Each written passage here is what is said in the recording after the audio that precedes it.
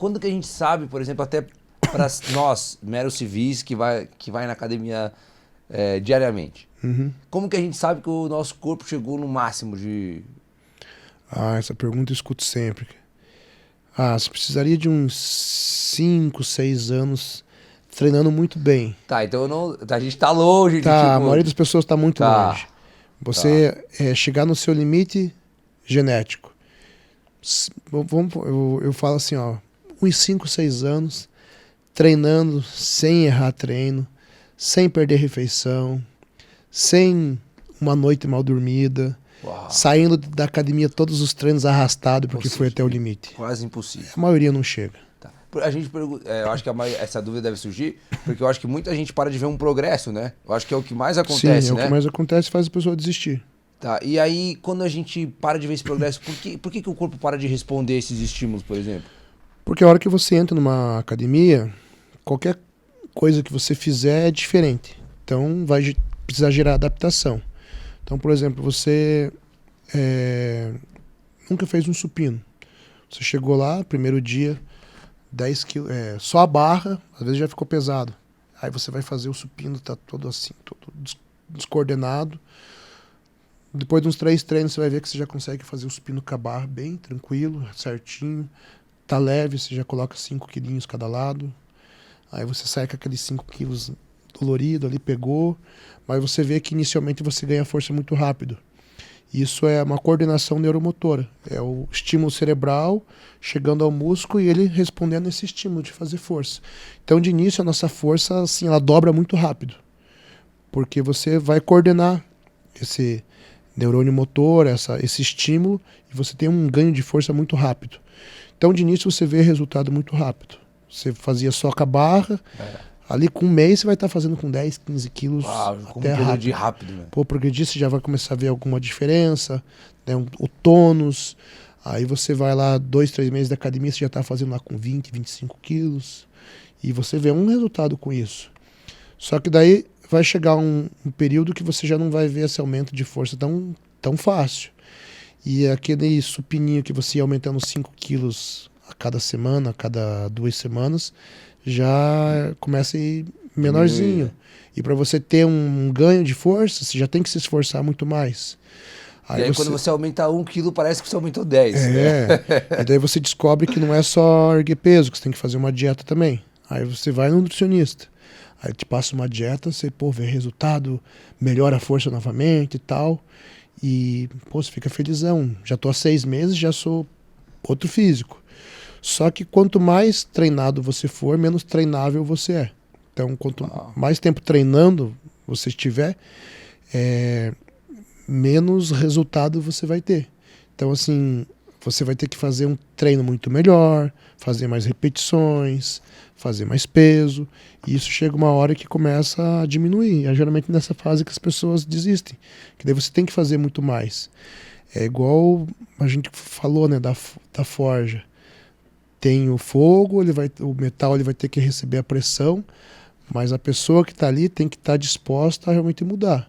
Então você chegou Tem que num estar maleável, determinado né? ponto. Para você continuar evoluindo, você tem que continuar fazendo mais, para você ter uma resposta. Teu corpo é inteligente. Ele vai esperar um estímulo e vai se adaptar a esse estímulo. Se você já começa a não fornecer um estímulo maior, ele não vai mais conseguir evoluir. Oi, por incrível que pareça, todo esse processo ele é muito mais mental do que propriamente físico, Muito mais né? mental. Porque, Muito. cara, todas as pessoas que vêm aqui dessa área, assim, tem inclusive semana passada teve aqui o Daniel Coimbra, que também teve no Arnold, falou assim, meu, o lance da pessoa emagrecer ou ganhar peso, cara, é 80, 90% É, mental. totalmente. E que loucura isso, né? Como que o atleta, quando chega nesse nível, como que existe uma preparação mental pra ele ou é tipo assim, meu, você Então, tá aqui, tem cara que isso já já é flui dele. mais fácil. Tá. Tem atleta que faz acompanhamento psicológico, que precisa de uma ajuda, mas é totalmente mental. E a gente pensando em atletas do nível que eu trabalho hoje, nível Olímpia, de estar entre os melhores do mundo, ele já tem que ter a É, genética, a disciplina é o básico. e o mental. Entendi. Isso já tem que vir com ele. Alguns anos atrás, eu comecei a me especializar ali em ser um treinador, a buscar ser o melhor treinador do país, todas essas coisas. E de início, o que a gente faz? Quem me procura, me pagou ali e tá entrando no time. E daí o que acontecia? Vinha muita gente, uns caras com uma genética que eu falava... A gente que entende, você olha pro cara e você fala, nossa, esse cara tem a genética pro negócio. Por exemplo, o nosso diretor ali, ele acredita que tem um potencial. Tem ou não, de fato? Não. Não. Só que assim, Tá, cara, muita gente me pergunta isso. E como eu tô à frente de 2 grandes marcas, então muita gente quer, Pacho, me dá uma oportunidade e tal. Eu nunca chego e falo isso. Falo, cara, vamos, né? Você pode melhorar. O que você tá fazendo? Você pode ir por aqui e tal. Mas eu sei que não vai ter. Né? Um resultado você nesse vê, nível, né? Braço longo, estrutura fina, né? Então tem cara que você olha, a estrutura óssea dele já prevalece. Você vê o cara que tem uma genética boa. Sem treinar. Você vê a estrutura óssea do cara, um ombro largo, cintura escapular larga, quadril pequenininho. Você olha o punho, as estruturas ósseas pequenas, mas um ventre já arredondado. Isso sem o cara ter uma preparação Você prévia. já consegue Entendi. ver alguns caras isso. O cara que tem uma genética muito privilegiada, você já vê isso. Entendi. E daí esse cara entra na academia, aquilo que tem pessoas que estão há 1 ano treinando, em 1 mês e meio, o cara já tem de resultado. Uau. É igual a gente passa, às vezes, na obra, o cara tá treinando, fazendo dieta, tomando suplemento, daí passa, tem um pedreiro que nunca fez um supino na vida muito maior. É o cara que tem a genética, né? Então, nitidamente, não tem a genética também. Se você for, Pacho, eu quero ser atleta de fisiculturismo, vamos começar a treinar, vamos por esse caminho. Mas não vou te prometer nada. Treinar, velho. Nem vou te falar que eu já treinei um tempo, então, pra não desanimar, né? Mas, por exemplo, assim, pra gente ter essa perspectiva, até por ser um esporte novo, quando a gente pensa em atleta, assim, tipo futebol, que tem muito potencial, a gente pensa lá, Messi, o Cristiano Ronaldo, Neymar e tal. Hoje, no fisiculturismo, quem que seria o Neymar, o Messi, o Cristiano Ronaldo? Assim, quem que é? O Ramon Dino, cara. É um atleta meu. O Ramon, pra você ter uma ideia, ele ganhou o Procard dele, se não me engano, foi 2019. Acho que foi 2019 ou 2020, não tenho certeza. Eu fui o cara que entregou o Procard pra ele. Eu tava numa empresa que no dia ia premiar a categoria Classic Physique. Procard é o Procard é assim, alguns campeonatos são regionais e alguns campeonatos são Pro Qualifiers. Pro Qualifiers são os que qualificam ele a virar Pro. São os campeonatos maiores. Tá. Tipo o Arnold Classic que teve agora é Pro Qualifier.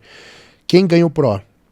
O campeão overall de cada categoria. Por exemplo, a categoria Bodybuilder, né? Que são os atletas mais fortes.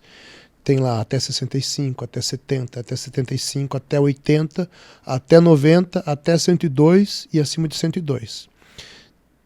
Ali deve dar, só na categoria Bodybuilder, uns 200 atletas. Uau. Aí vai sair um campeão de cada categoria. O campeão de cada categoria se enfrenta no overall. O campeão overall ganha o Procard. O campeão dos campeões. O cara que ganhou o Procard tem direito a começar a competir no nível profissional. E geralmente, quando você ganha o teu Procard, do nível do Procard ali, para chegar no nível profissional altamente competitivo, é tipo um abismo, cara. O cara tá longe. Tá. O cara vai começar de novo. Ele vai lá recomeçar, ele vai ver que tem muito chão ainda para competir com os profissionais. Porque no amador, ele vai pegar o quê? O cara que não tem genética, mas foi lá, se preparou, fez tudo que dava, tá ali, investiu e tá ali. Aí ele vai pegar o cara que tem genética mais ou menos e fez um trabalhinho mais ou menos e tá ali.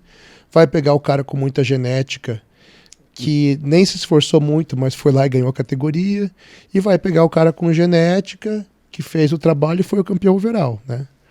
Aí no profissional é para todo mundo com essa maioria com genética, uma ótima genética, ótima preparação, já com investimento, né, se dedicando ao máximo. Aí quando você chega lá no Olímpia, daí é o top dos top, né? O Ramon, no ano que ele ganhou o Procard dele, foi o primeiro ano que teve um Mr. Olímpia Brasil. Então tem o Mr. Olímpia Las Vegas lá, que esse ano vai mudar, vai ser na Flórida. Mas lá é a Copa do Mundo. E tem alguns Mr. Olímpia amadores ao redor do mundo. E o Brasil passou a ter naquele ano. Agora eu só não tenho certeza se era 2018 ou 2019. E daí passou a ter essa competição amadora no Brasil. E de lá saía um cartão profissional. Foi um dos primeiros cartões profissionais que começou a ter no Brasil. E começou a ter a categoria Classic Physique, que é a categoria do Ramon. Então existe a Bodybuilder, nos homens a Bodybuilder, a Men's Physique, que é aquele que compete de bermuda. Que é o do Felipe Franco, O ficou Felipe muito Franco, famoso. isso. E a Classic Physique. Então a Bodybuilder, a diferença é que é uma sunga, aquela sunga menorzinha. A Classic Physique é um sungão maior, assim. Tá. E essa categoria hoje é o gosto popular.